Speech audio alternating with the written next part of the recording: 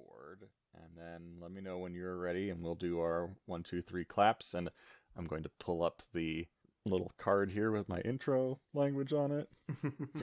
See how far I get this time. You're verbing. I'm verbing, like reverbing? No, as in your verbiage. Oh, yes.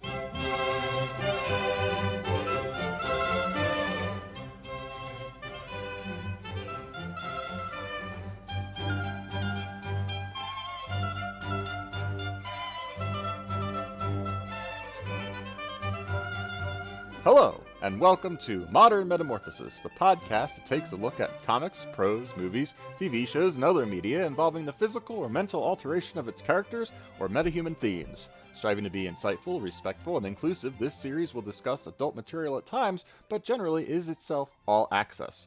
Join us now as we look at how metamorphoses and media have evolved into the modern era. And I am the Transformation comics creator and prose writer, Dan Standing. You did it! I know! I'm so proud of myself. I didn't say I was a co-host, but, whatever, details. It's fine. You did it, though. I'm so proud of you. Thank you. I am the other host, the fantasy fetish researcher and scholar, Alex Ford. And today we continue our...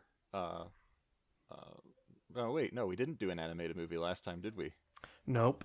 I was going to say run of animated movies because I keep thinking about the fact that this is our second, but not our second in a row. Yeah, no, the last one would probably have been better animated. Yeah, I think so.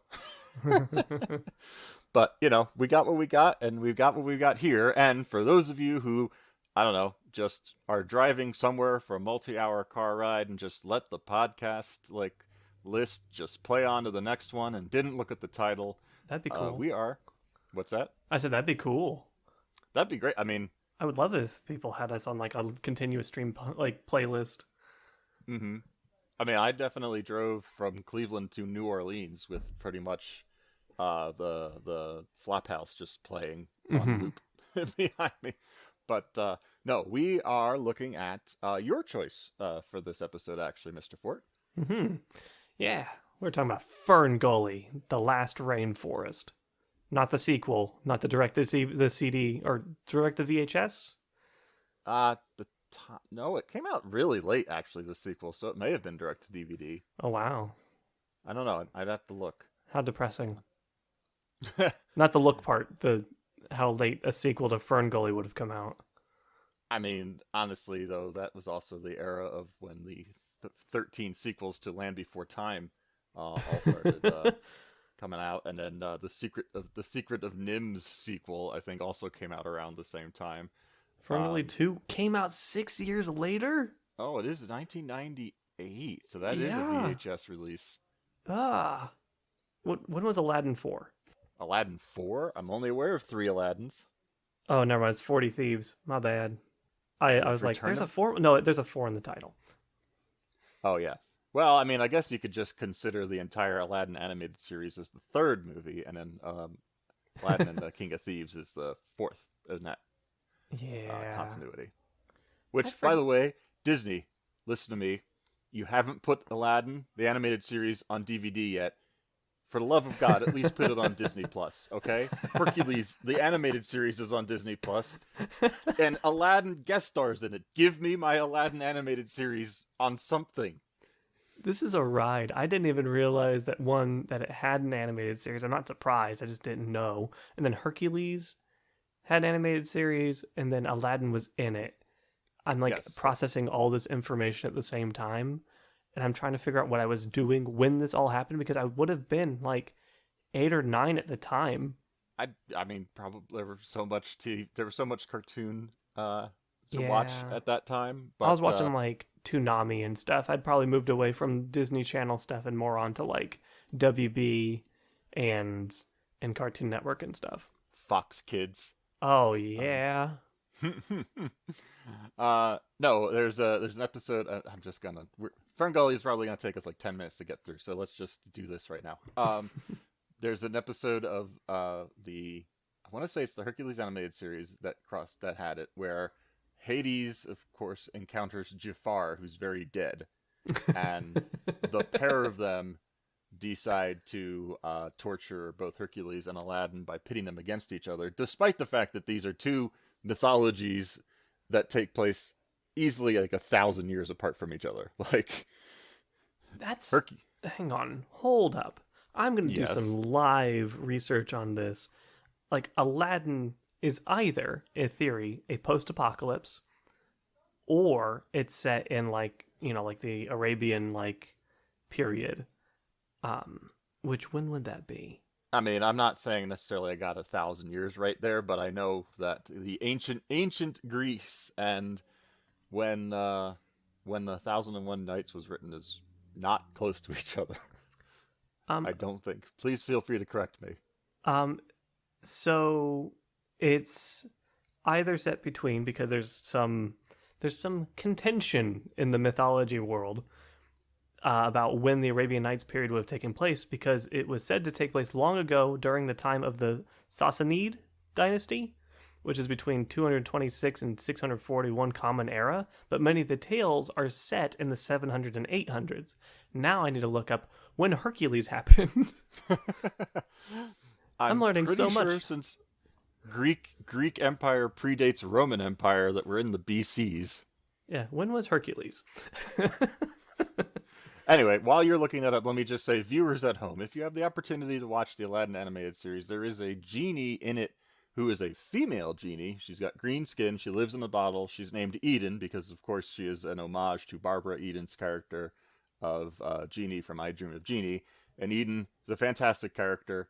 And as far as transformations also concerned, there are Aladdin the Animated Series episodes where Jasmine gets transformed into a rat, she gets transformed into a snake creature, Aladdin gets transformed into a snake creature, Iago gets transformed into a frilled lizard, there's a evil cat goddess. Like, the whole stupid series is filled with transformation stuff.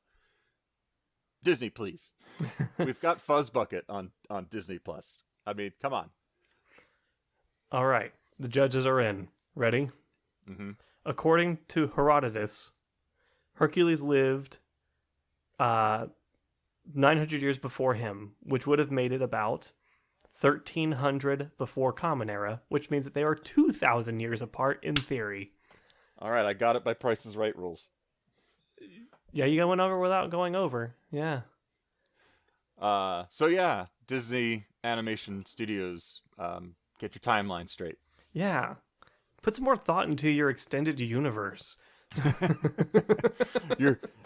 You had the shared universe idea long before the MCU. Figure out your timelines. Yeah, your Disney Princess Cinematic Universe is flawed, and I'm here to write a really, really long review about that. Get it on Disney Plus. By the time this episode comes out, you'll have had plenty of time to get that down, I'm quite sure. Oh, I wish I could care enough. I already did it. Anyway. It was 2 paragraphs. End of statement. In conclusion, they messed up. Speaking of 1990s animated princesses, I'm not sure if Krista is a princess or not, but Fern Gully, The Last Rainforest, arguably the topic of today's episode. Yeah. I don't think they had a monarchy.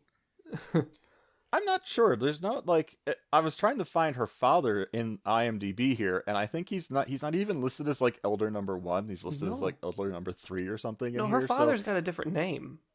Yeah, but he's not listed under that name that I could find in IMDb. Oh, weird. Yeah, I know he's got a name on the credits because I thought he sounded like he was voiced by the same guy that voiced, like, the Sultan from Yeah, it was very Aladdin. similar.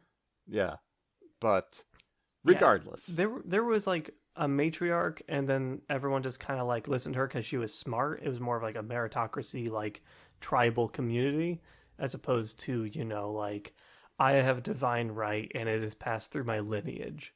And I mean, more power to the fairy culture for doing that. That, you know, this is a culture that depends upon, like, learnedness and listening to wisdom, and certainly not ignoring it and flying off into random directions towards the dangerous areas you're specifically told not to explore. But I mean, that not regarding. That naive curiosity should kill more. Yeah. That's what we just need, like, feature films that are 5 minutes of the impulsive character going off to do whatever they're not supposed to do, getting killed, and the rest of the 60 minutes of film is just mourning that character's pointless death. Or the story happens to someone a little smarter. Could be that too. Like, could you imagine, like, they just, like, if Finding Nemo and Finding Dory were, in fact, the same movie? Just, like, Nemo was like, I'm going to touch the boat, and then gets eaten by a barracuda, and then we just focus on Dory for the rest of the movie? I'm sure that could easily be a film project that somebody could put together. Oh, gladly. I'll do that. There you go. So, Fern Gully, The Last Rainforest. Yes. Came out in 1992. Correct. And to age myself a little bit here, I saw this in the theater. I was 9 or 10 years old, depending. It came out in April. I was 9 years old, and I don't remember much about the viewing experience. Like, there's not any from my initial viewing of it as a 9-year-old. I can't say that there were any particularly iconic lines or even songs that I took away from it at the time. But having rewatched it now, I definitely had those moments of, like, as a small person watching a huge screen, like, there are some beautiful sequences in this film that I think still hold up. This movie was Avatar before Avatar. It is basically the same plot. It is essentially the same plot, except for it's not in space, it's in Australia. Yes, it's Australia by a very real mountain, whose name I've forgotten, which the fairies also... There's one thing in it for the fairy culture where they call the mountain by the same name that humans would have given it, which is the only thing in this entire well-built world building, honestly, where the fairies use any sort of language or terminology that would have to come from human society. And the humans think, and the fairies think that humans are extinct, that they've all died out a long time ago. Yeah, because they left. Yeah, they pieced out after the evil villain Hexxus first appeared. From that same volcano. Oh, is it the same volcano? Yeah, you're right. I think, he came from, like, the volcano and started wreaking havoc on the forest and was stopped. Yeah, the humans pieced out, and the fairies trapped Hexxus in what I think is a billabong tree. It's a very ugly tree. Yeah, it's a really, really, really ugly, clearly evil tree. And the fairies have since then been living in Fern Gully, this portion of a vast rainforest, and as we mentioned, is now quote unquote led by a character called Maggie, who is we don't talk about transformation as a story theme much. We're usually looking at it more so as a character trope.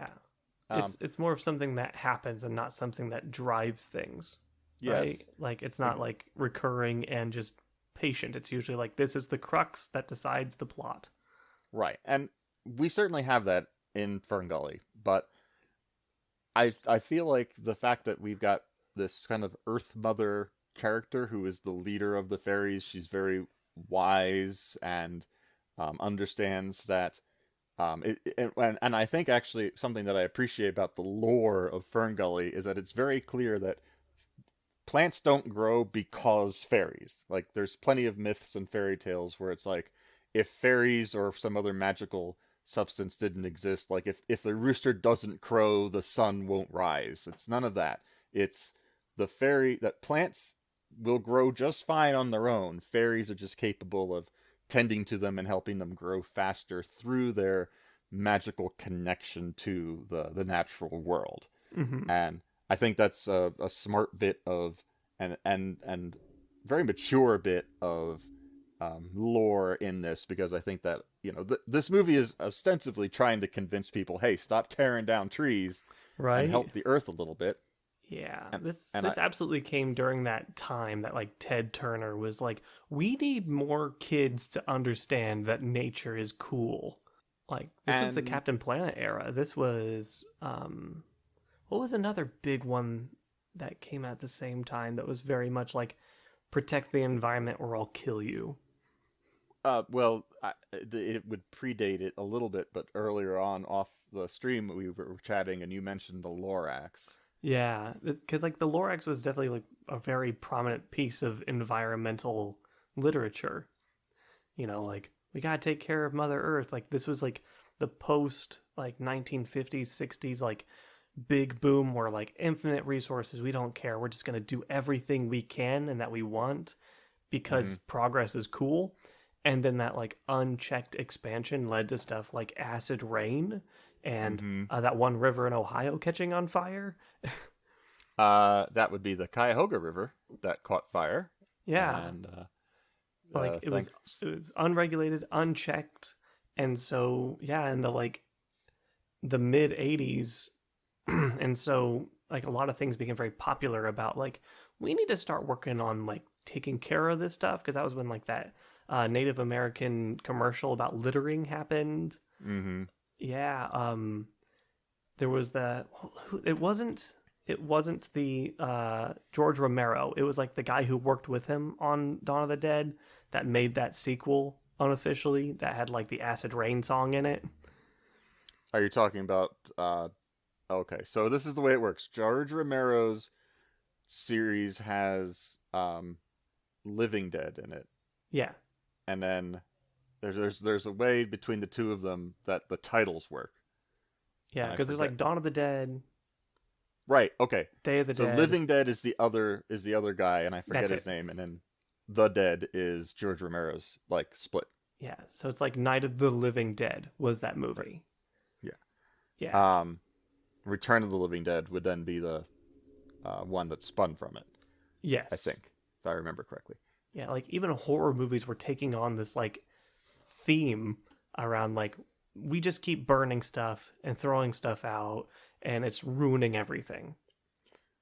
Well, it's weird to track, and it's actually kind of depressing to track like environmental messages in films. Because first of all, if you want to have a real good idea of like society's anxieties, look to horror and like and science fiction films. Oh yeah, because you'll see like radar is going to kill everybody, and then X-rays are going to kill everybody, and then nuclear power is going to kill everybody, and then biological the environment's going to rise up against us, and then biologically altered things are going to kill us, and then cybernetically enhanced things are going to kill us. Like you can track all of that, and it's actually really depressing. Like I looked up when the Lorax animated short was done. That was 1972. Ooh. Like we've gotten 20 years later, and now we get Fern Gully, and it's like, guys, it's been 20 years. Like, do we have to remind you again? Like, come on. And now it's of course 2020, and it's kind of like, welp. What have we really? How these don't seem to have done their job? We're still screwing things up. And I think it's because the people who were in power then are still in power. Yeah, pretty much. In 30 years, like, they're still alive. They're just older. And I feel like there's going to be a dramatic shift as, the demographic of who's in charge of things changes, which is why, like, the culture of, like, what cartoons are like has changed because animators and storytellers and stuff like that are now, like, 30-year-olds who are raised on stuff in the 90s. It's really interesting to see. We'll get the Fern Gully people. It's really interesting to see some of the cartoons that have come out, and part of that is, of course, I'm not going to sit here and not accept the fact that corporations understand that they have IPs that have nostalgia to them, and they can market to parents who recognize a thing for their kids.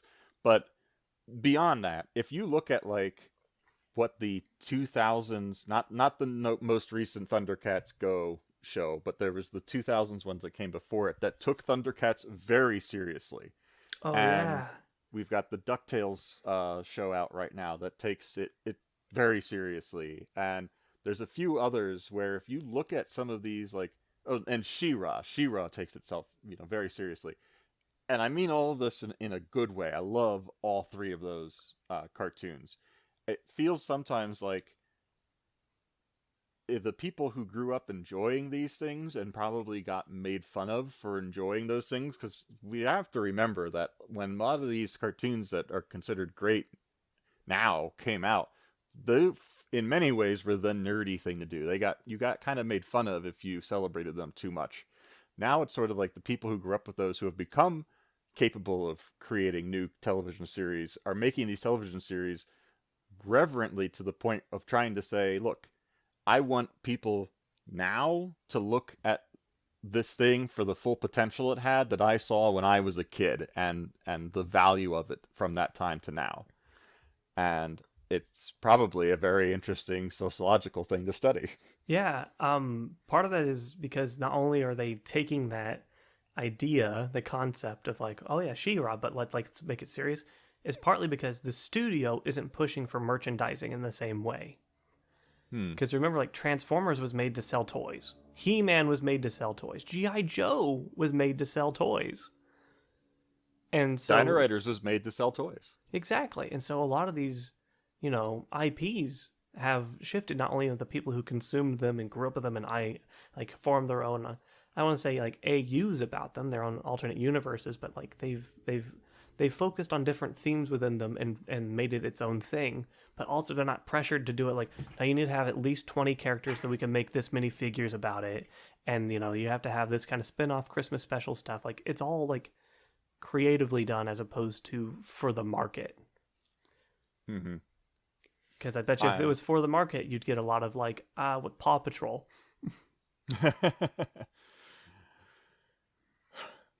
So, Fern Gully. Fern Gully. Fern Gully. Here's the plot of Fern Gully. Humans are bad. End of plot of Fern Gully. Yeah, unchecked consuming of natural resources without respect to the land is bad. And I mean, Fern Gully falls in, and I'm gonna accept this right now. Fern Gully falls into that genre of film which is showcasing the idea that particularly male white people have no capable possible process of empathy unless they are suddenly, very directly, put into the same position as the people whose concerns and cares they did not consider before. That's exactly what my partner said when watching this. Really? Yep, it's that colonialism is unable to identify itself as a problem until it experiences its repercussions itself. And this is itself a very old, it is an old genre. I mean, I don't remember when Finnegan's Rainbow came out, but that is an old example. I don't know when Dances with Wolves was written, but that's certainly an old example. With Daniel Day-Lewis. Yeah. It's frustrating. There's so many things in Fern Gully that I look at it and I'm like, since 1992, I realize that there are certainly many people who have taken the messaging in this film and certain other similar films to heart and have told that tale, and certainly gotten more and more people on board with the concerns raised in it. But as a huge Earth-sized society, it sometimes feels like, that was not enough. Like that was the tiny little. It was the pigeon brushing against the 3-foot ball, steel ball, and taking off a few atoms. Yeah, it didn't shift a lot of the ideology for people who were already old enough to be the characters.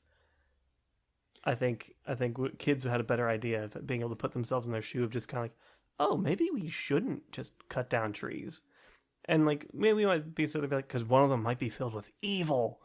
I was definitely more afraid of that when I was 3. I would say even 9-year-old me was a little bit like, oh man, I'm not going to go kick that ugly tree because, Tim Curry as a goo monster might come out of it. And that would suck. That would super suck. Although you get a pretty awesome song out of it. Yeah. So let's shift from the down and depressing idea of what did Fern Gully accomplish to what I feel like is a much more upbeat idea of what is Fern Gully. And as a fan of transformation or the metahuman, what is it that you can get from it outside of a beautifully hand animated film with Yo, that movie is beautiful. It's got some early computer generation also for managing the environments that works seamlessly. Yeah. The thing that the part what's hilarious is the part that stuck with me the most was actually the opening. Okay. Yeah, It's got a great like narrative opening. yeah, like most of the time, like narration over black screen sucks. But like this time, like I didn't realize the movie took place in Australia because I hadn't watched it since the early '90s, and I wasn't attentive like that.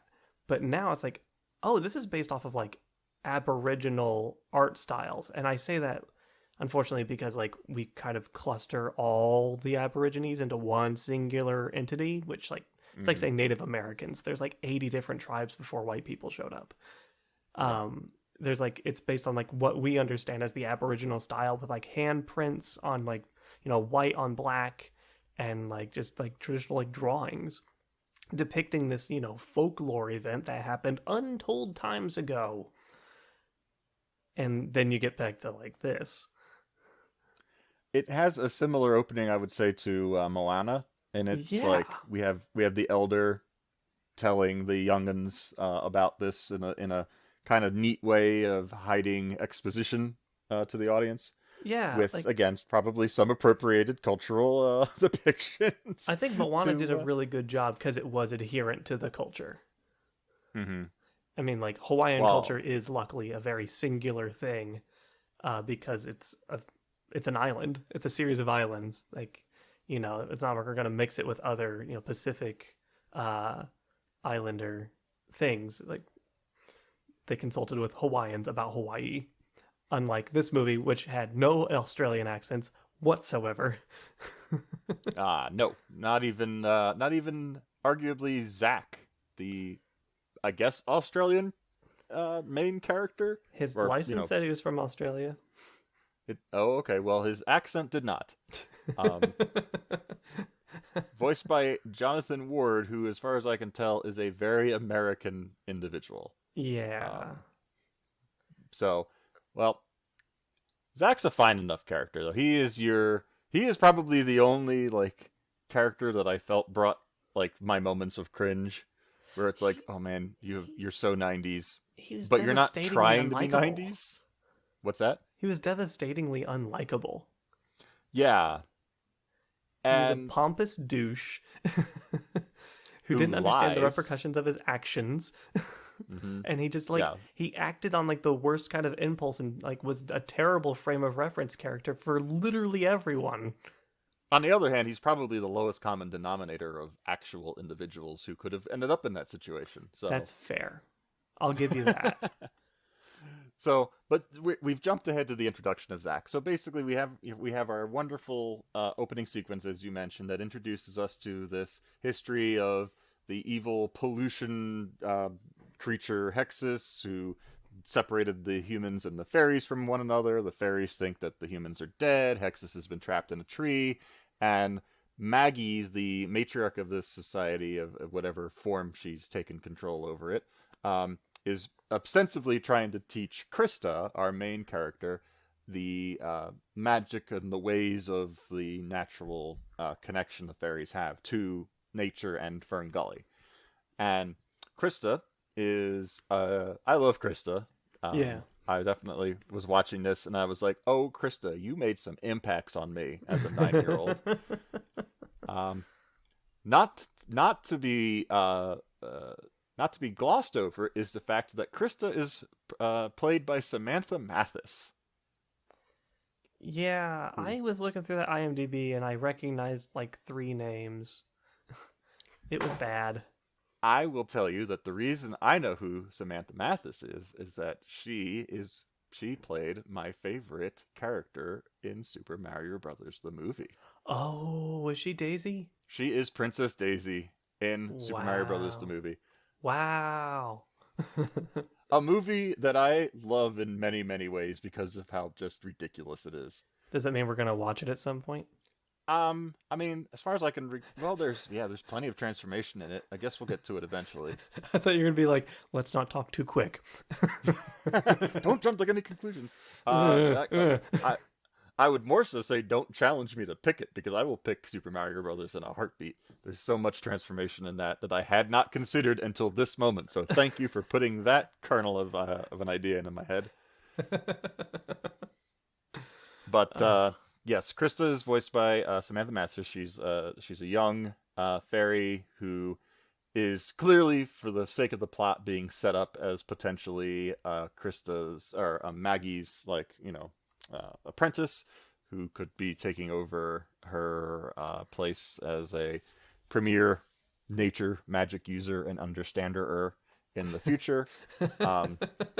But Krista has the curse of youth and plot-driven curiosity, and whilst out horsing around with a couple other fairies, including Pips, as voiced by everyone's favorite Christian Slater.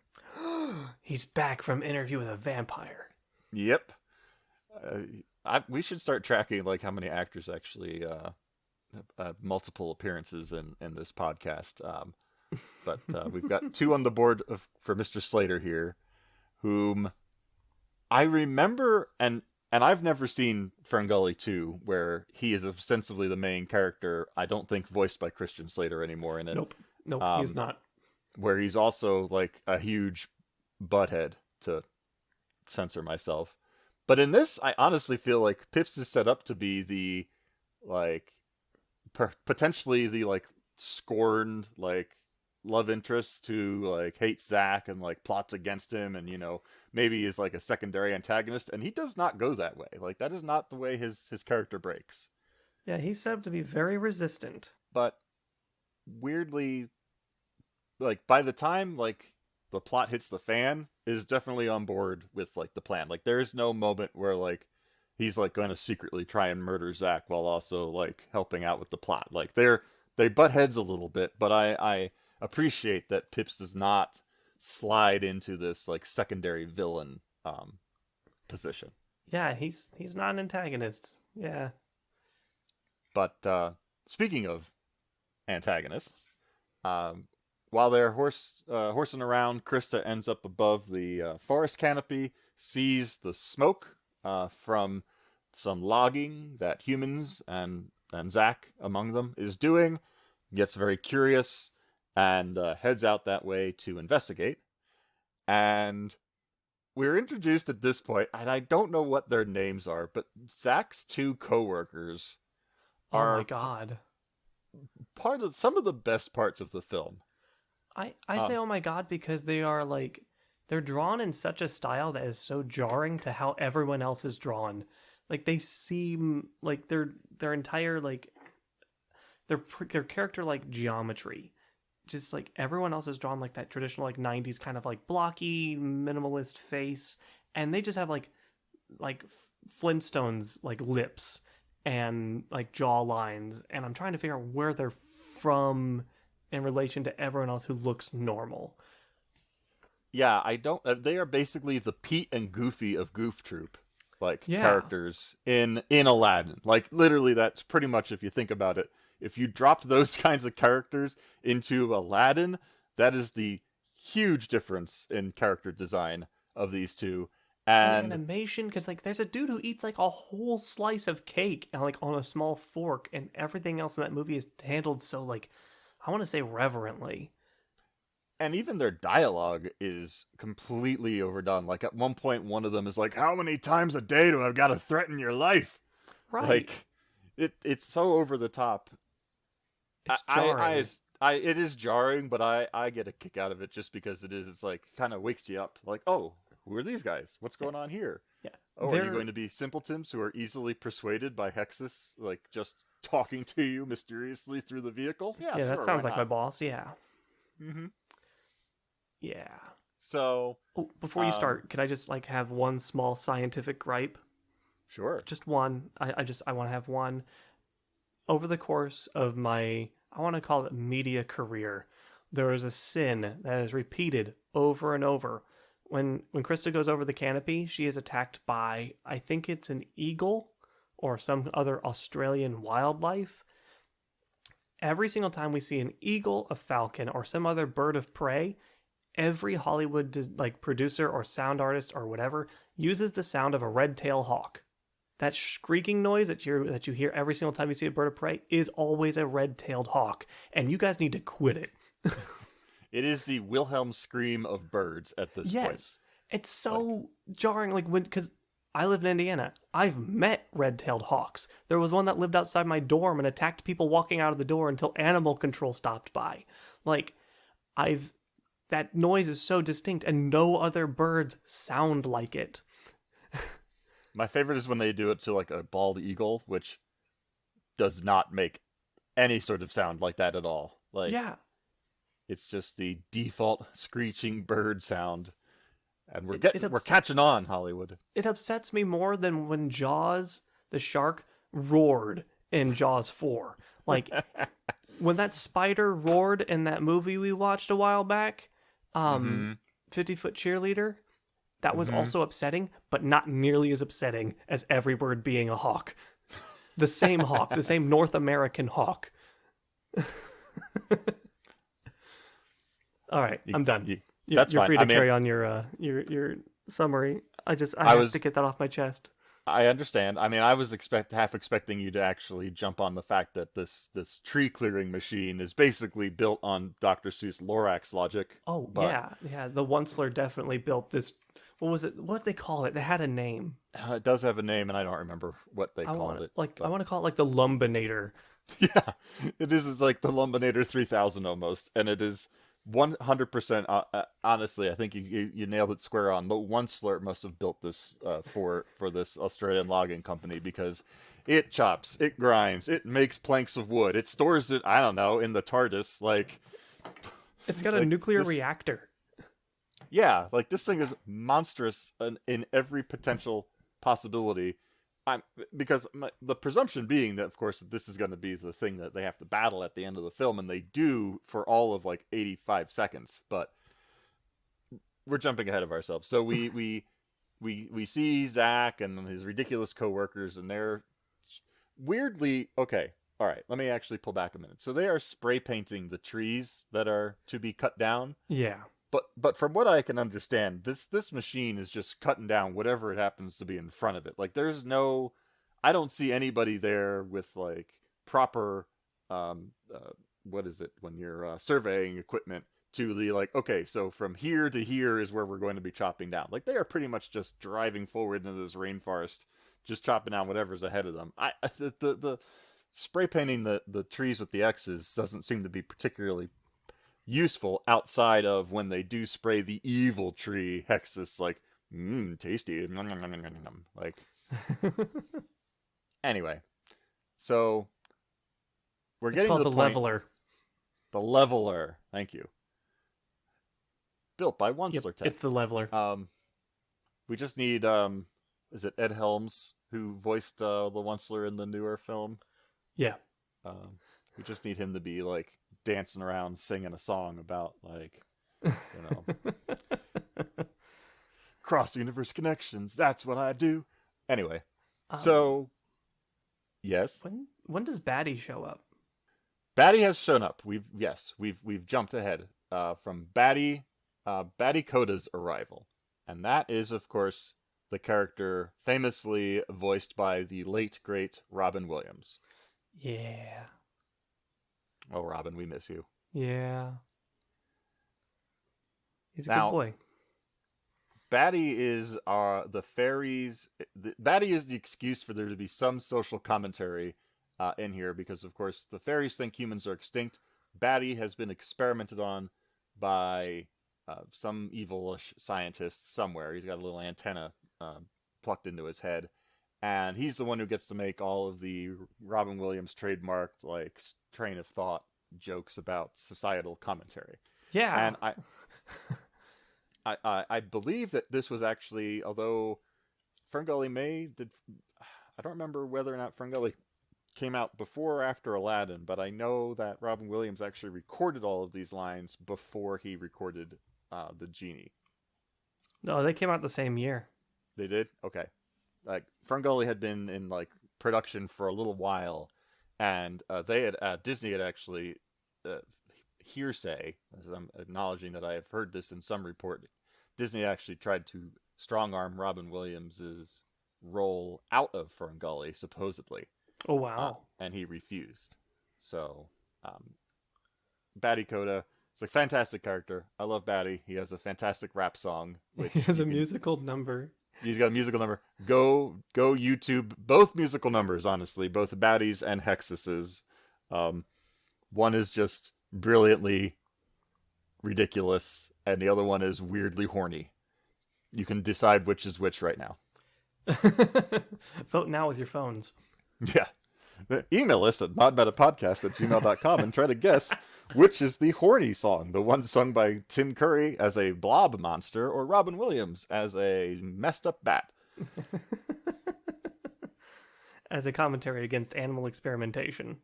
Yeah. So Batty joins up with her crew. Krista's like, you know that humans are real. I've seen this weird dark smoke. I'm gonna go check out. Batty and Krista head out to explore it. But before then, we learned something very important, and that is that not everybody can hear, or more importantly, understand and see fairies, and that Yes. in order for a non-fairy to see and understand a fairy, a certain spell has to be cast on them. And that is hold on. It is the spell of fairy eyes, right? Sight. Yes, It's fairy it was sight. eyes, It's right? Because it's eyes, yes. she said it. She said it wrong, Yes, and because that's she what screws got it us up. moving. Yes, because when she goes to investigate the humans, Zach is about to be run over by the leveler, and Krista, in an attempt to get him to be able to understand her so that she can warn him, goes to cast the spell of fairy eyes on him, but it's either fairy eyes or fairy sight, because it's either rhymes with size or it starts with S, like size does. I don't remember which.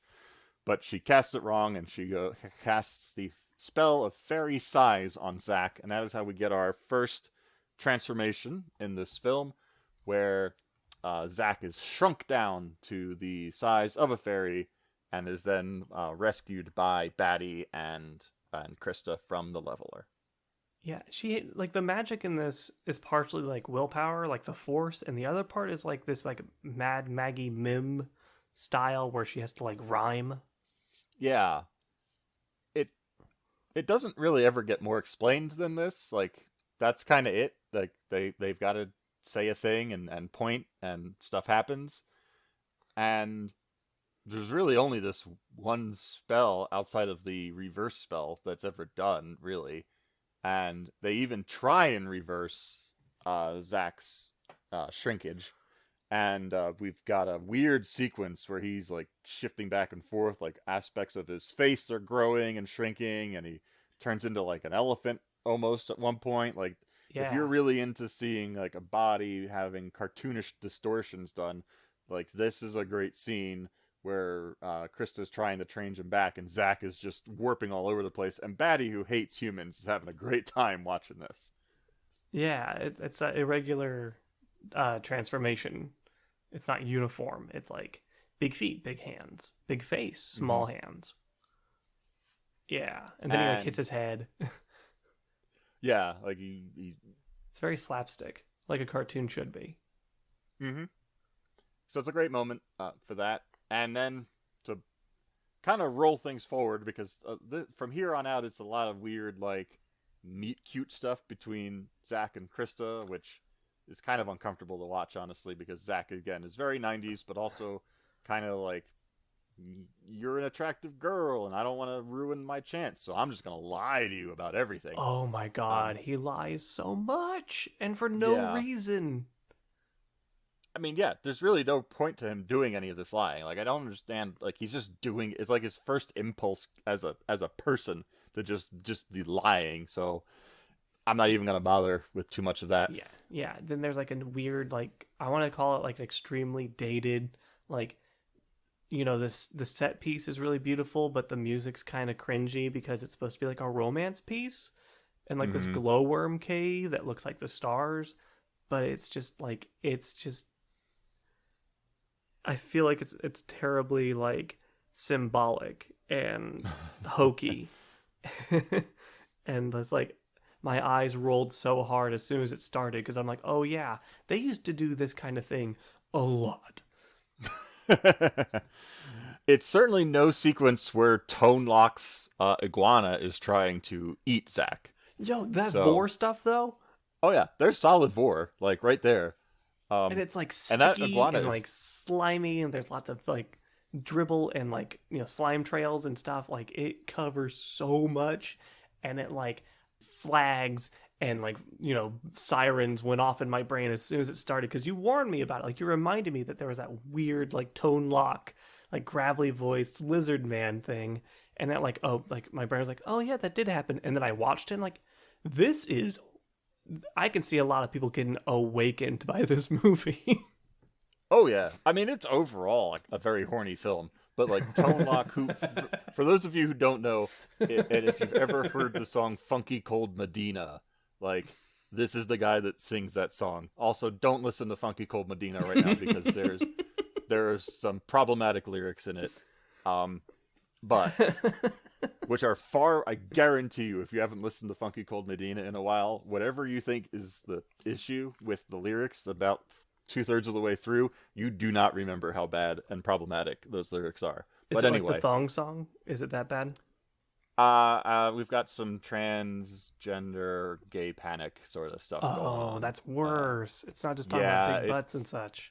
it's so much worse. But anyway, so yeah, like this iguana tries to eat Zack, definitely eats like other sentient like snails and things in the process.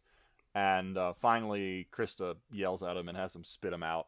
And yeah, as you said, things were certainly awakened in some people during that sequence. Yeah. Yeah, hopefully it wasn't for Tone Lock. Um, probably not.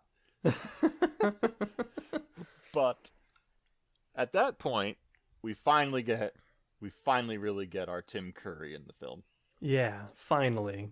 The leveler finally makes its way to the tree Hexxus is trapped in, and we get our gooey, sultry, like slime creature from Spider-Man 3, like just wonderfully animated sticky goop monster. Yeah, that's where the money went. Absolutely.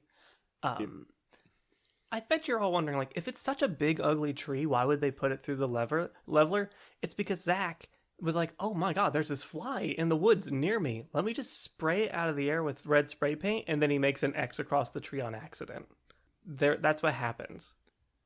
Another reason why I feel like there's not really anybody like truly paying attention to whatever land they're supposedly allowed to be doing this to, which would make them, need to X off trees. Like, Yeah. like that. I forgot how ridiculous it was that they had X that off. But yes, they also like they clear out like the whole thing in like a day. This is Once-ler technology. Like you can take down 80 truffula trees in a minute with that. You can take down one giant evil billabong tree. Apparently, a kid struggles with that, with sparks and such. Mm-hmm. Yeah. Well, I mean that's your Hexxus. I mean once you get your Hexxus in the gears, you're really you need a lot of WD-40 to really clear that out.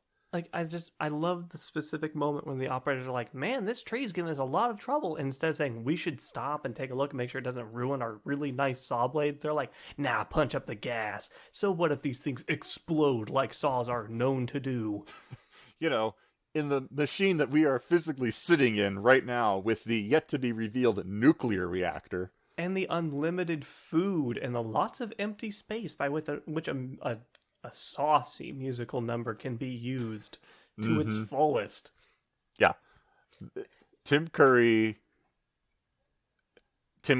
himself out of the ballpark here as Hexxus slowly sucks on all of these overflowing pipes and leaking oil things and eventually a freaking nuclear reactor as he grows like stronger and stronger and bigger, and at one point it's just a gooey skeleton before taking on his more like kind of Handsome genie-ish. Squidward meets Hades. Yeah, yeah, I'd say that's about right.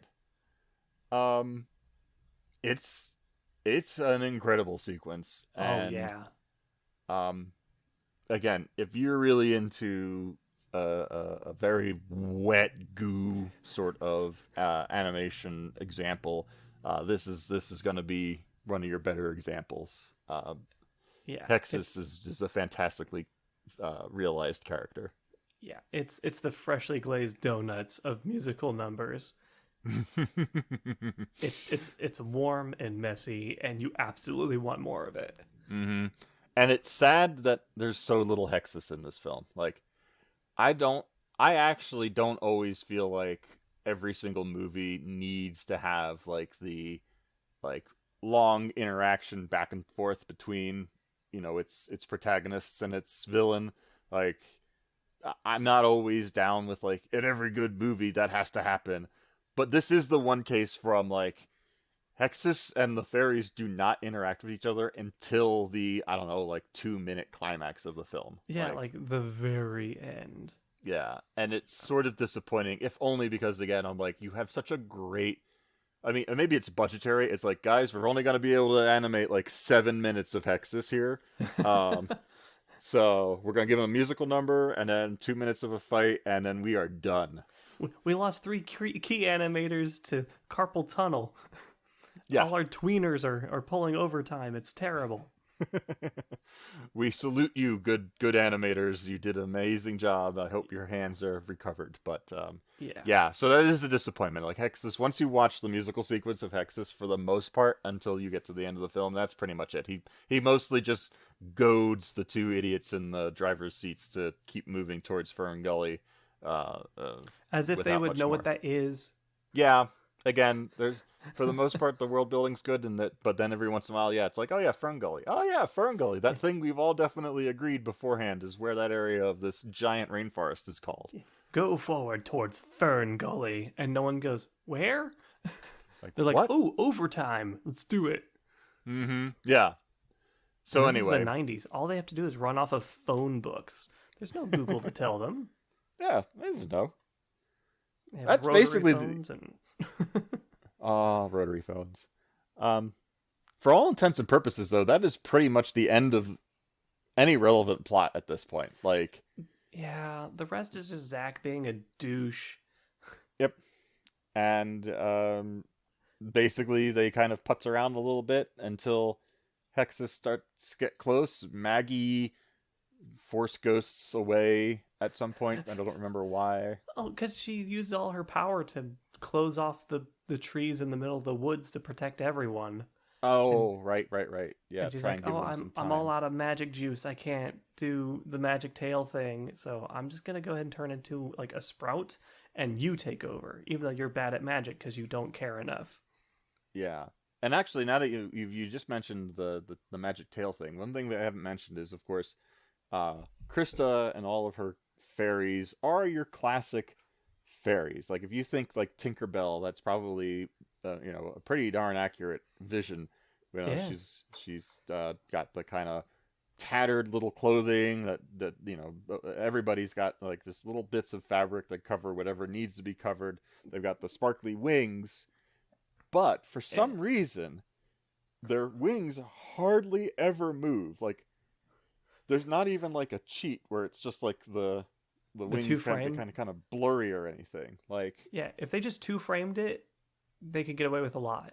Because that movie is like at, I think, 20 frames a second. Like, it's kind of chunky. But, like, yeah, no, they don't do... Probably because they were spending all their animation time on Hexxus. On Hexxus, yeah. Oh, we can't do the wings. Nope, just get it in post. Yep. But, like, there's this animation in the 90s. There is no post. They didn't use cell layers over it in order to get that glowy effect?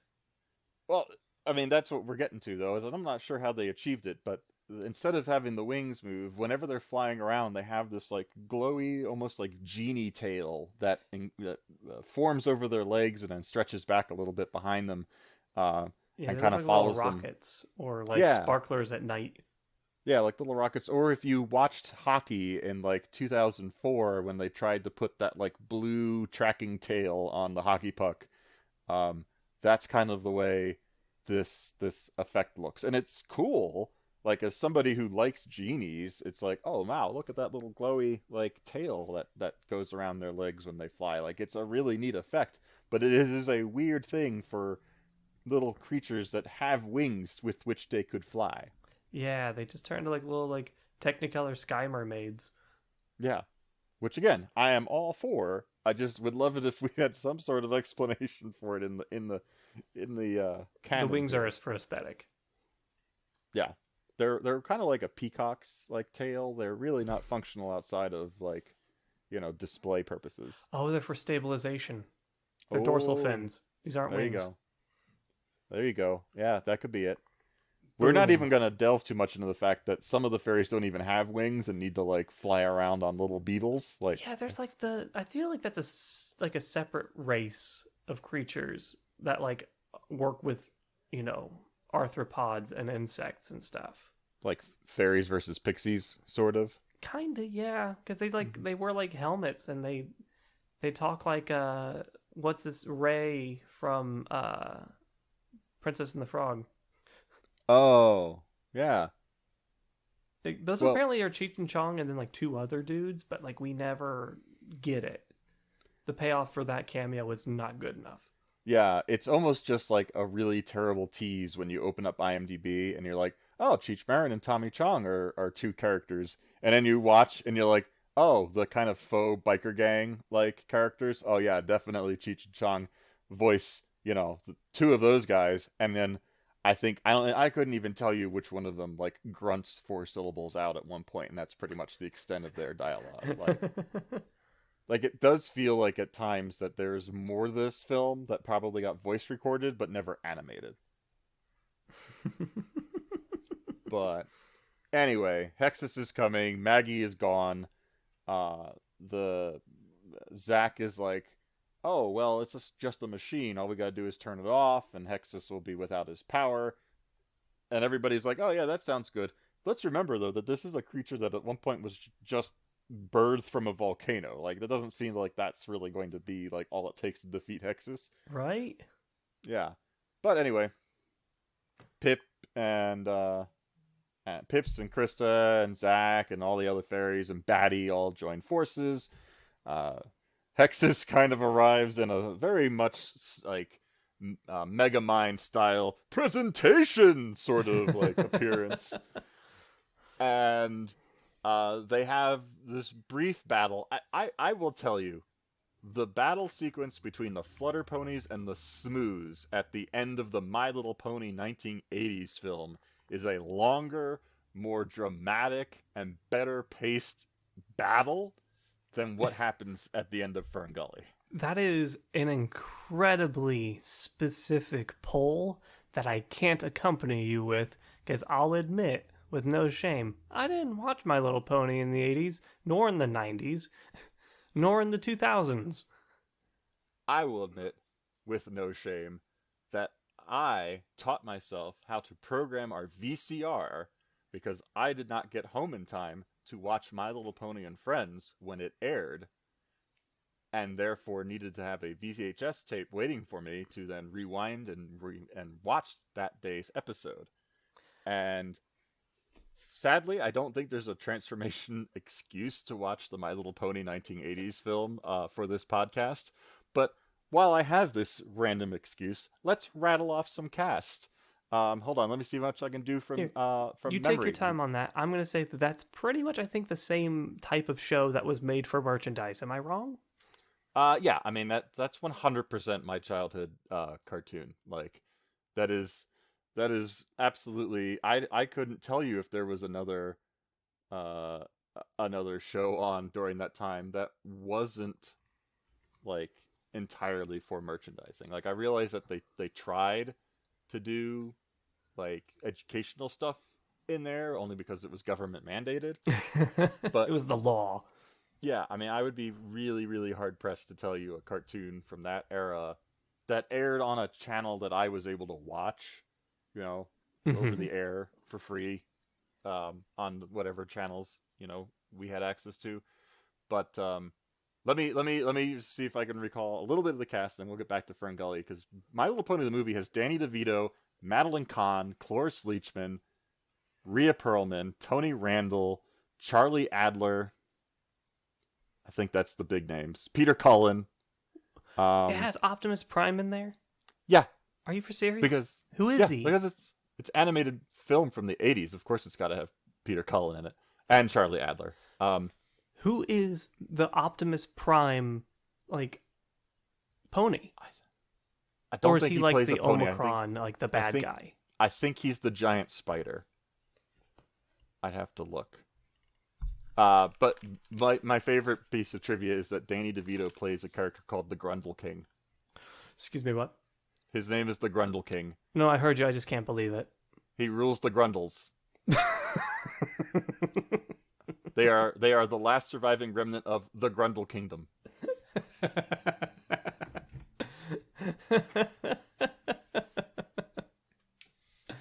Yeah. Oh, It's a fantastic movie. for everyone who doesn't know, Grundle is an equivalent term to the taint or the perineum. It was definitely the name for it up until Mr. Show came out, and then taint definitely took over. I can tell you that in my little culture circle of friends, it was Grundle up until the Taint magazine whatever sketch from Mr. Show. But yes, I find that his name is the Grundle King infinitely amusing, specifically for that purpose, and I giggle every single time I force someone in my family to watch this movie with me, and I cannot tell them why. But if you have a few moments, Yeah. go to YouTube and look up Nothing Can Stop the Smooze. It's this like barbershop style doo-wop song about how the Smooze is going to come and murder everybody. I'm going to go ahead and pull that up on the background, because there's no way we can have like 2 minutes of empty silence while I'm just watching this video, unless you want a live reaction audio style of this. Oh, please, live reaction. Nothing one can stop the Smooze. stop the Smooze? Is that like S-M-O-O-S? S-M-O-O-Z-E. Okay. What do we got here? Nothing can stop the Smooze. Oh my god, that's so vibrant. Like bow, bow, bow, bow, bow, bow, bow, bow, bow, bow, bow, bow. Hit it. YouTube, you gonna load for me, or you just gonna listening? give me this? I mean, I'm the one who has to edit this later, Here's so my I don't care. audio. I'm all in on. Oh, there we go. I got you. I figured it out. Okay. What the hell?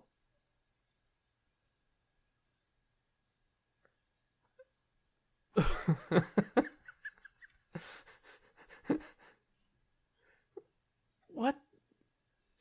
Okay, there's this wave of faces, and they're all like doo-wopping. And there's like normal people in this. But it's like this tsunami of goop. Oh, what are these tribble-looking nightmares?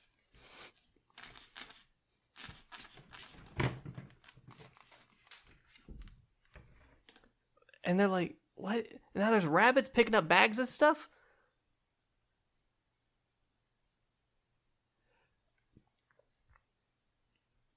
Okay. This song is incredibly boring. Really? It's the same thing. They don't say anything new.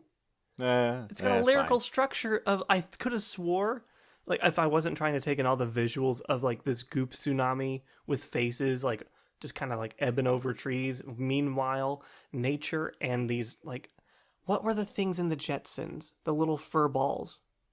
From the movie? The Fergalos? No, the Fergalos are the family that live on the space station with them in Jetsons the movie. Oh, I don't remember what the little asteroid creatures things are.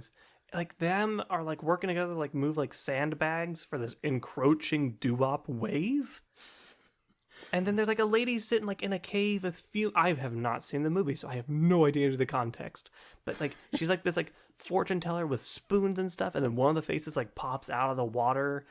And I'm so, I don't want to say overwhelmed, but I wish I understood what any, and that's like a very singular, simple castle That can't stop the Smooze, for sure. Oh no, nothing can stop the Smooze. Yeah. So, as has been drilled into your head by now. And they're like, and like the people who are once steering from the crow's nest, which what the hell, are like looking at the person on the other side of the pond. Like they can see her face in the sky, and she's using her like divining pool to see them. They're like looking at each other, and I don't understand magic. I know friendship is magic, but this ain't friendship. This is Smooze. Mm-hmm. I can tell which one's Cloris Leachman, though. I can absolutely tell you right now which one is Cloris Leachman. Oh yeah, the one with the face that looks like Cloris Leachman. Well, yes, she does kind of look like Cloris Leachman now that I think about it.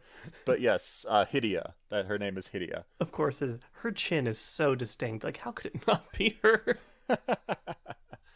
And then it's Madeline Kahn and Rhea Perlman are the other two witches that are playing her daughters. Oh.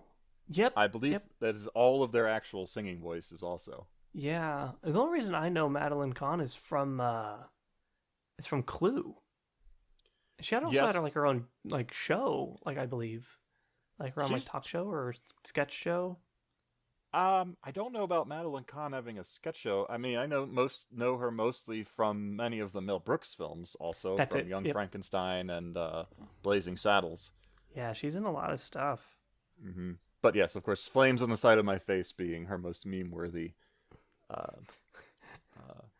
portrayal. Yeah. But anyway, that I'm even sure that musical sequence that I just had you watch had more action going back and forth than what we get, I think, in the finale of Fern Gully.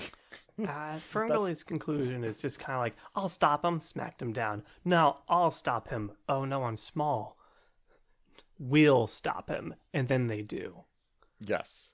They do by actually kind of similar to how the Smooze is stopped initially in My Little Pony the movie. They stopped it by Krista basically, I think, flying into Hexxus's mouth with the seed. Yeah. And she flies into his mouth. Hexxus, is like, yep, whatever. That was tasty. But then slowly little twigs and branches start to grow out of him, and he starts trying to grab them and yank them away. And not unlike, honestly, I think the most recent television adaptation of Swamp Thing, he eventually gets completely consumed by the tree along with the leveler, and we are left with a very different, very tall and very weirdly shaped pointy tree that has consumed him and the machine he was perched upon. Yeah, it's not a baobab, that's for sure. No, not at that point. I liked the animation in that one because like the thing sprouting out of him and he's like trying to rip them out, but he's slowly engulfed by this vegetation. It's a fantastic like tree engulfment. Like, it's weird. It is kind of a transformation, but it's also sort of a like, he's being, all of these things are kind of like stretching out from inside of him. It's impressive. Yeah, it is a fantastically animated sequence, but by that point it's like, okay, and now movie over? Like, okay. Yep. And they couldn't even follow up the same way they did before, with like, like the cave drawing, like, the handprints and the interesting animation style. Nope. They just like make Zach normal, and then they just kind of ends. Like, so first Krista is revealed to have survived somehow when a flower blooms, and she just kind of is like, hi everybody. Oh yeah. She's one with nature now. She figured it out. Mm-hmm. I guess proof of that being when she properly resizes Zach. But he just kind of wanders off and is like, I'm gonna go fix humanity, and he meets up with his two idiot buddies from the machine who managed to escape before they got treed also, and they wander off, and I think the movie just kind of pans to nature and ends, right? Is that Is that right? What's left of it, because the leveler literally did clear out like the whole horizon of trees like in a Yeah. day. And then yeah, so they're stuck like in the what is now the Australian outback to survive. Yeah. Oh yeah. Those guys are dead. Like, there's no way those guys are walking home wherever They they. don't have Like, phones. yeah. The phone in the leveler is now a tree.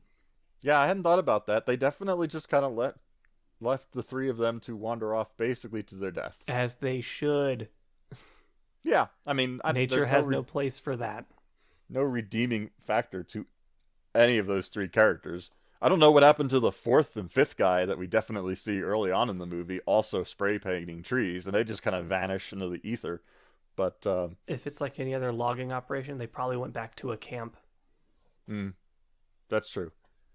But anyway, and then Fern Gully ends with the, again, to me, having remembered watching this in 1992, horribly depressing line of "for our children and for our children's children," Yeah. and the credits roll. Yeah. Yeah. Does so- Fatty get fixed? There's no further development of Batty's situation. He kind of gets knocked out of commission pretty early on in the fight against Hexxus, and that's saying something. Yeah, just a single swap just gets slapped out of the air. Yeah, but I mean, it's not like anybody like removes his antenna or does anything. Like, he's just kind of that way now with the fairies. But Fern Gully is a film that I recommend watching. Like, I really do recommend watching it. Oh yeah, it's great. It's beautiful. I feel like the world building for the most part is really well done. It's got, fantastically animated transformation sequences of varying kinds, and again, we even get the weird little person being eaten by a creature like sequence. I don't mean that it's not a weird thing to be interested in that. I just mean when you watch it, you'll be like, oh yeah, this is a little weird to be in this film. But on the other hand, there's not much to it beyond that. There's no grand like character arcs or plot to anybody. Even our main villain we see very briefly. Like, you get all these like little bits and pieces here and there of either the grandeur of 1990s hand animation, or some fantastic moments where you get to see Robin Williams as a cybernetic bat rapping. But it isn't. I wouldn't say that all of that makes a cohesive whole. It's just a bunch of little sequences that I think are stitched together by this general idea of, aren't humans shit? They seem very trash. That's a kind of a weird. I don't know. I'm just kind of settled on that, and I feel weird about it. I feel like they didn't have the budget to make a movie as long as they wanted, because this movie is only like an hour and 10 minutes. Like, it's really short. Yeah, it is not a long film. It is something around those lines, which works to its favor in some ways, because again, there's not a lot of substance to what's going on, and I don't need more of Zach trying to teach Krista 90s terms. Oh, or what a Walkman is? Yeah. Or when they go into the when he waves to her and like summons her underneath like the weird mushroom thing, and then like scares her with his lighter. And like he remember, unprompted, he like starts carving his and her names into a tree, and she's like, "Yo, what's up, man? What are you doing?" And he's like, "Oh, I just thought it was a romantic thing, And she's like, "I'm all about these trees, son. What are you doing? Can't you feel its pain?" And he's like, "No, I'm a white man." Yeah, I'm white dude. Like, I don't. You think I mean, understand you've shrunk empathy? Ew. And then she like touches it, and then like he gets some glow on his hands, and then he can. Yeah. Well, because he's had the he's literally had that magic like touch him. Zach is such an annoying piece of garbage. So look, I would certainly say if you're somebody who has the nostalgia for this movie, it's totally worth owning, totally worth rewatching. Again, you might not, outside of the, Hexxus song and the Batty Coda rap that you've most likely at least looked up on YouTube at some point, whether or not you've seen the whole film or not. The whole film is beautiful and worth a watch. And if you're into any of the the male shrink, the weird male body reshaping sequence, getting eaten by an iguana, horny goo creature, something getting turned into a tree, fairies with weird glowy tail things around their legs, like, find this movie, watch it. It will not disappoint you on any of those levels.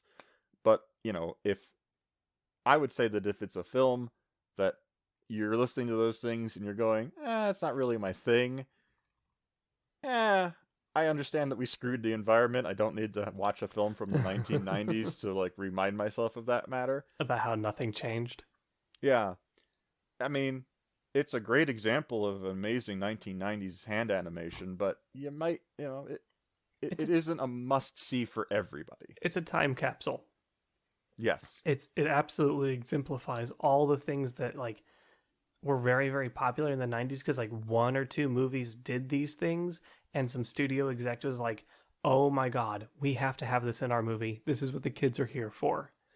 They want just, like, very, very, like, to the beat rap. They want synthesizer romance scenes and beautiful locales. They want people not understanding what rock and roll is and then learning to love it right off the bat.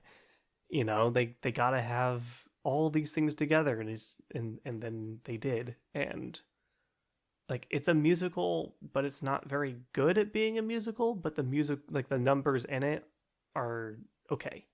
Like, the ones that are good are very good, and the ones that aren't good are very forgettable.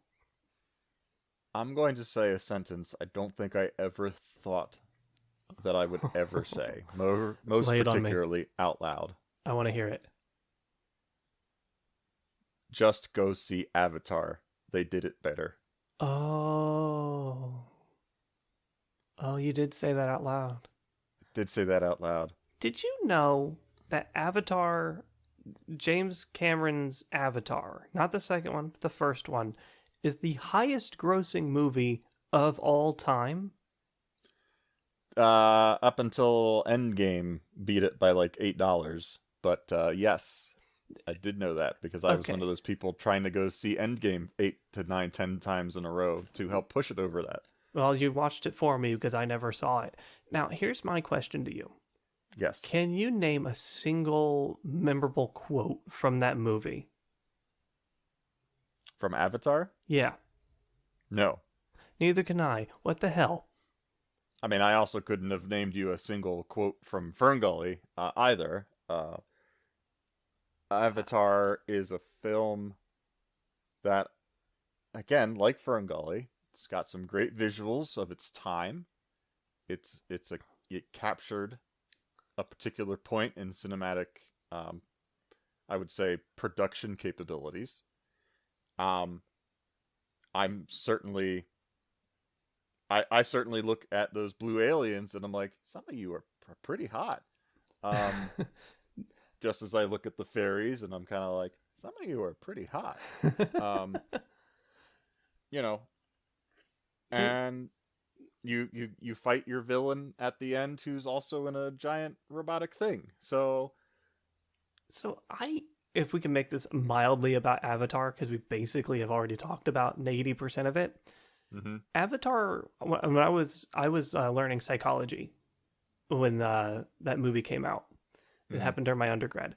And I learned so much about how that movie was, like, passively an extremely emotional experience. Because you have movies like Schindler's List, which are, like, explicitly emotional experiences. Or, like, Titanic or whatever. Like, you feel an immediate response to the things that are happening. And they're written that way. But Avatar is a movie that, like, affects you, like, in the back. That gets you later. It's some subconscious messing with you. Because that movie has an effect named after it. Because so many people left that movie really depressed. Because they could never be on whatever that planet is named. Pandora. Thank you. I figured it was something like that because there's a metal called unobtainium, so it has to be something like that. Avatar is the least subtle film in its naming. Yeah, they didn't spend their time on that level of world building. But the point is that, like, apparently people were really upset that they could never be on Pandora, that they could never meet the Na'vi, that they ever could be the Na'vi. And yet, like, I think the only part of the movie that I remember, like, a distinct scene from is when that crotchety old military dude is, like, trash talking the aliens because they never looked at the stars and were like, I want to be there. I don't even remember that particular scene. Like, I've only seen Avatar once. I saw it in the theater. I can definitely, like, I remember a lot of these scenes, particularly with the Na'vi, of, like, walking along the logs, the guy getting attacked, the first time they come back together, you know, having you're remembering, like, the visuals. Yeah, there's lots of visuals, but as you said, I couldn't pull a quote like that I definitively knew was a verbatim sentence from that. And I am not one of the people who walked out of it and said, "Oh man, I hope one day Disney builds, you know, an extension on one of their, you know, lesser well-received theme parks so that I can go and get my best experience of that." And yeah, I am slamming Animal Kingdom. I'm sorry. It's the lesser of the four. What are the four again? Magic Kingdom, Epcot, Disney Studios, and Animal Kingdom. And yes, I am ranking it underneath Disney Studios. I forgot about Disney Studios. But the former MGM Studios. I do think it's probably, like, I know a lot of people had compared Avatar to, like, Last of the Mohicans and everything, but I do feel like Fern Gully is its closest thing, where there's a lot of beautiful things that I see in it, the visuals do stick with me and well up in me an emotional reaction. Mm-hmm. But it isn't, like, again, I didn't watch Fern Gully again until I had to for this, and I guarantee you I'm not going to watch Avatar again until some, I don't know, 2084 if we're still recording this, where I'm, like, run out of things to recommend, and I'm like, hey, you know that one where he just kind of wargs himself into a cloned body of his brother and an alien? Yeah, let's watch that.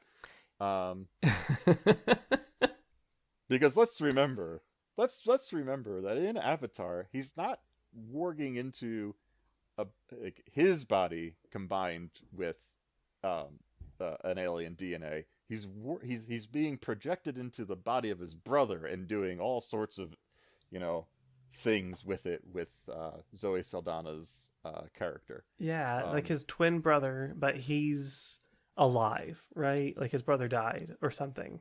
Yeah, his brother died, and the Avatar bodies are too expensive, and the only one who is genetically capable of commandeering the one they built for his brother is him, which is why they bring him to do it. So yeah. I remember that.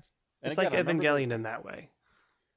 I'm going to admit that I haven't really seen Evangelion. That's okay.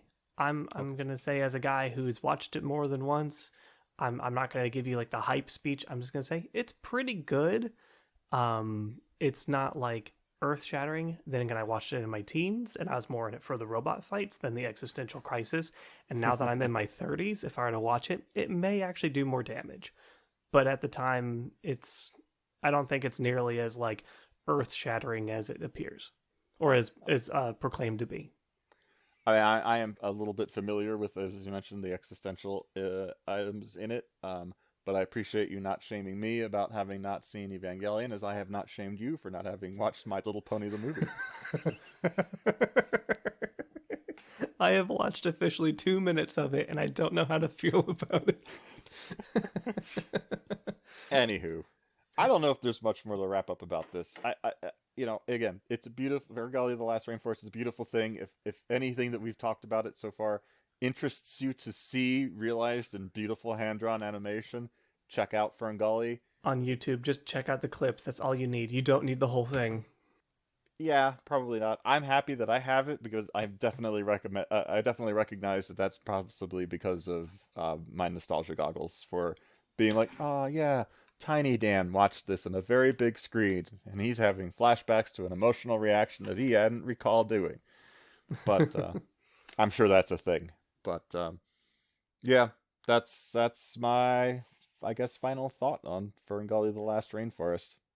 Yeah, I think I gave lots of last thoughts on it. I mean, I like it. It was an interesting foray into something I completely forgot existed for a long time and haven't watched since. And then now we're here, and it's what it does right. It does really well, and everything else is just kind of Mm. It's like a good sandwich where they get like decent ingredients, but like you're mostly in it for the cheese and meat. The the rest is Kinda kind of mediocre. I would say that it's kind of like, for me, having remembered having a great sandwich and then many years later trying to have it again and realizing that like the bread's a little off. Like, oh, they Yeah, stopped selling that type of bread in 1999, and so we've had to like replace it with something that's not quite the same. yeah. You know what? I'll take that food metaphor, and I'm a big fan of food metaphors. Well, good. Um, all right. Well, ladies and gentlemen, if you've listened to our, I don't know, an hour and 20 minutes of quote Oh yeah, unquote discussion about Fern Gully and Avatar, and and My Avatar, Little Pony. hmm we've definitely stayed on track. Um, Thank you so sticking with us so far. I wish I could take advantage of your loyalty by pitching you some sort of advertisement, but we are yet unsponsored. But if you have a transformation themed project that you'd like to have us pitch on the episode for you, we've got some rates we can send you if you want to email us at modmetapodcast@gmail.com and sponsor the show. Uh, Otherwise, what do I want to pitch today? I'm going to pitch my Amazon ebooks because I've got one that's coming out on in 2 days from now. So if you go to Amazon.com and you have Kindle Unlimited, just search for Dan Standing. You can search for Dan Standing's Collected Ramblings. I've got volumes 1 and 2 out now of all of my classic website short stories and poems. God, I wrote so many poems when I started out all of this. If you want to know what a transformation limerick and haiku and sonnet in its actual form is like, look that up.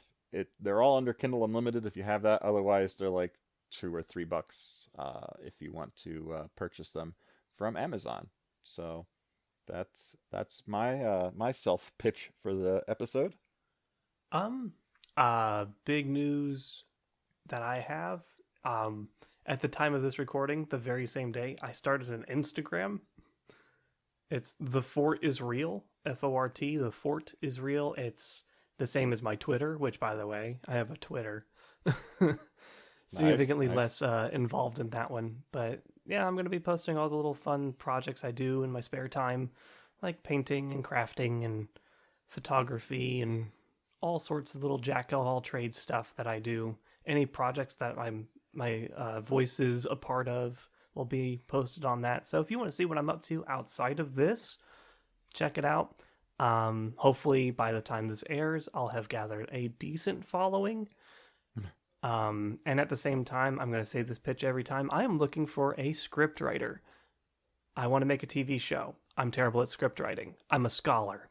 So maybe because we're elbow deep into this pandemic, I could learn another new skill. But until then, I'd like someone who really likes to do that. And then we could build off each other's passion. As someone who writes scripts, at some point I feel like I should get off of this recording with you and be like, so what is this project? Friend to friend. But I keep forgetting to do that. So maybe we'll do that after they're done recording here. Yeah, we can do that. But anywho, I think outside of it being my turn to pick a thing, is that I should really go back to writing down all the things we're supposed to cover on these episodes. I think we've covered everything, though. Correct? Yeah, I mean, I think we got our formula pretty well done. Yeah. At least because it seems organic, it feels organic, and the transitions aren't terribly jarring. Not so much anymore, no. But that only takes what I think, according to my files, this is like episode 13. But I think functionally it's like 14 or 15. But yeah, I feel like that's a good sign that we've actually started to get a rhythm down to this format. How But strange! It only took us a baker's dozen. mm-hmm. Speaking of things, it's only taken us a baker's dozen to get to. We, and by we I mean I, at the start of each of these episodes that you've maybe listened to, if you're a super fan, good on you, having listened to all of them. You'll note that I awkwardly try and mention that we do other things on this podcast outside of movies or TV shows. Comics and or other media specifically called out when I do Pros? that. Yeah, pros before hose? Yes, but I'm not trying to transition to pros here, so I skipped over that one. So we've only done movies so far because that has been an easy thing for Mr. Fort and I to coordinate on and make sure that we each are able to refresh ourselves on and watch beforehand. Yeah, don't want to break the budget going to the library in a pandemic. Well, mine's actually been kind of super closed until recently, but given that we live in the information technology age, yes, I have no excuse for us not having done other things yet. But we're finally breaking that process. Yeah. I have a recommendation that is a Mm-hmm. comic and other media. It's a hybrid duo thingy? It's sort of an original creation and then a remake, you could say. A reimagining? A reimagining, yes. I even mentioned earlier in this episode that I listened to My Brother and Me, and they did a spin-off. The brothers McElroy did a spin-off of My Brother and Me called The Adventure Zone, and its first season was about them and their father doing Dungeons and Dragons, and the Adventure It was a rough Zone. start, but good. It is a rough start. The Adventure Zone, which is I believe is the balance arc Yes. in the first season, the Adventure Zone did, I think it's 100 episodes of just a fantastic adventure story. Of Griffin And McElroy's thesis. what's that? It's Griffin McElroy's like thesis. Like he wrote all this stuff and made this expanded universe and everything that's going to happen in it and like how it relates to itself. Like he put a lot of work into that. Mm-hmm. And as you can tell, dear listeners, by Alex's enthusiasm there, we both have both listened to the podcast and own the graphic novels that have adapted those audio adventures. And I would like to look at what is the third storyline, the third adventure. The one that came out like a month ago at this point. Yes, it's the most recent of the graphic novels that have come out. It is the Petals to the Metal little chapter within that season of podcasts. And as someone who has both listened to all of those episodes, but that chapter in particular, and read the graphic novel, I can tell you that if you do like to keep up with with our podcast episodes and listen to the material before we talk about it, you can listen to either the podcast episodes or read the graphic novel. I think the graphic novel, it moves some bits around in its narrative telling, and there's some little name changes here and there in regards to stuff that they couldn't use in the graphic novel the way they could use in the podcast, but both essentially tell basically the same story. So if you've already heard the podcast, you'll be good. If you've read the graphic novel, you'll be good. I recommend either of them. I personally recommend both. Yes, I recommend both. I think Yeah. they both capture the spirit of the Adventure Zone in their relative mediums really well. And as you mentioned, Mr. Fort, the Adventure Zone does have a rough start. They took a little while to kind of find their feet. I do feel like the third adventure, Pedals to the Metal, is where they really landed it. The story that comes before it on the train is very good. Yeah, but the I feel like Rockport Limited's is pretty good. What's that? I'd say that the Rockport Limited arc is pretty good. The Here There Be Gerblins is like if you're really dedicated to it, it's almost like watching the first season of The Next Generation. You're just kind of like, okay, what's this doing? Like they're still learning Dungeons and Dragons. And then the second story is really, really good. Murder on the Rockport Limited is like, I'd say comparably like significantly better, and I like a lot of moments from it, audibly and narratively. And then the third one, they're really in their stride and they know their characters and they know how to play, except for Clint. But it's all very good. Yes. So I'm just going to generally recommend right now just listen and read all of the existing chapters for it. For but sure. We're not going to get ahead of myself. We're gonna concentrate in the next episode on Pedals to the Metal from the Adventure Zone book and/or podcast, and we will see how we fare in a medium that isn't basically 90% of podcasts of tearing apart movies that we are nitpicking. It's so easy to do that. Let's broaden our skills. Yes, let's tear apart a comic and podcast that I really love. No, I'm going to admit right now. What's that? That we both love. That we both love. I know, and I'm going to admit right now, as somebody who has met all of the McElroys and actually had the opportunity to ask them a question on a live My Brother and Me performance, I cannot say that I won't be somewhat biased towards it. So I will try my best to be objective in our considerations of the material at hand, because that is our job on this podcast, is to be professional about transformation and metahuman topics that are not otherwise seriously considered. So I will do my best. Same. So, all right. Well, I think that is it. Any other final things on your side? Well, it's gonna be too late to vote. Well, damn. We hope you voted. Maybe we should put a memo in the episode that comes out this month to vote. Yeah, maybe so. I early voted. I did it in person the first day you could in Ohio. So I'm gonna early vote tomorrow. Nice. Yes, we hope everybody who's listening to this now voted. I'm gonna guess most likely by the people who I know listen to this podcast. I hope we're pleased with the outcome by this point the episode comes out. And all the people in other countries, good on you. I hope you voted for yours as well. Yeah. Oh yeah. No, everybody should vote wherever you are.